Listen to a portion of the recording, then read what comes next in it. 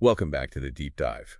Today we're getting into something really specific, Article 14, Paragraph 2 of the revised Penal Code. Yeah, it's about that aggravating circumstance of committing a crime in contempt of or with insult to the public authorities. Sounds quite formal, doesn't it? It does. But what's behind it? Why does the law care about this specific kind of insult? Well, the whole point, legally speaking, is about the offender's state of mind.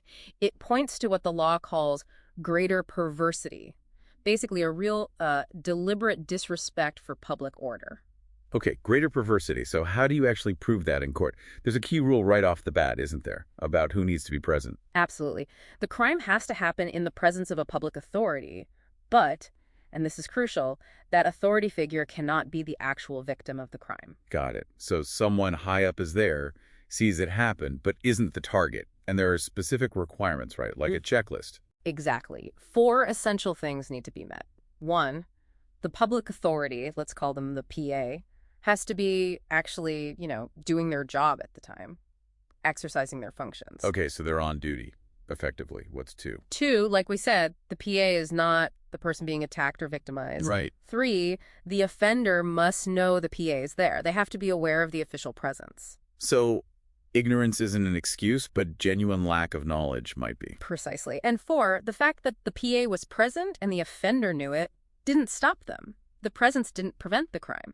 Okay, that makes sense. I think the standard example really helps here, like the one with the fight. Oh yeah, the classic scenario. So imagine person A and person B are having a serious fight, maybe in the street. Right, things are escalating. Then, say, the town mayor steps in, tries to break it up, tells them to stop. The mayor is clearly acting in their official capacity. Okay, mayor's present, trying to keep order. But A just ignores the mayor, continues the fight, and, let's say, kills B. So A would be charged with homicide. Correct, homicide. But with this aggravating circumstance, why? Because the mayor, a public authority, was right there doing their job, trying to intervene. And A knew it and did it anyway. Exactly. That act, continuing despite the mayor's presence, is seen as direct contempt of the authority the mayor represents. It shows that greater perversity. That example really turns on the fact it was the mayor. So this brings up a critical point. Who counts as a public authority for this rule? It can't be just any official, can it? No, it's quite specific. A public authority is defined as a public officer who is directly vested with jurisdiction.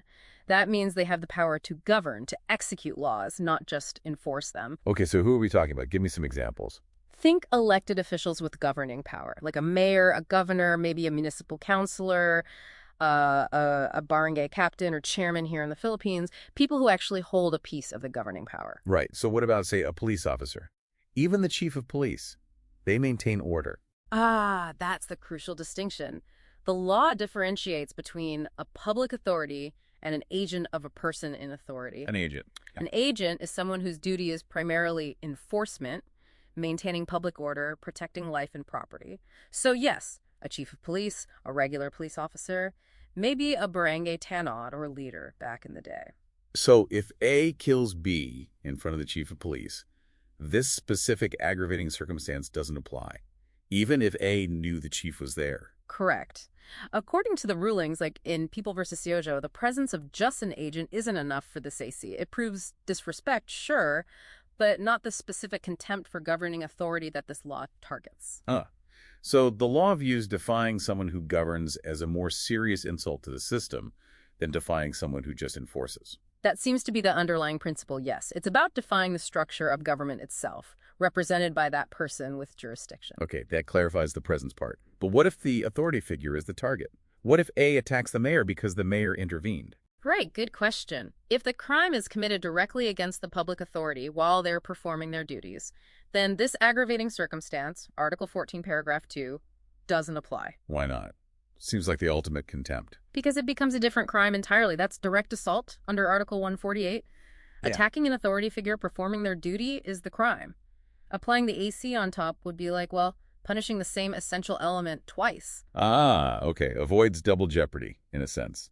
It's a separate offense category. Exactly. Though it's worth noting, courts haven't always gotten this perfectly right. There was the People versus Santok case. Oh, what happened there? Well, someone killed a barrio lieutenant who was acting in his official capacity. The court mistakenly applied this aggravating circumstance Instead of recognizing it as a complex crime, homicide with direct assault. It shows how important it is to correctly identify the nature of the offense based on who the victim is and what they were doing. So it really all circles back to the offender's awareness and intent, doesn't it? Absolutely, it's psychological. If the offender kills someone with the mayor standing right there, but genuinely, truly had no idea the mayor was present, Then no AC. then no AC under the specific paragraph. Because you can't intend to insult or show contempt for an authority you don't know is there.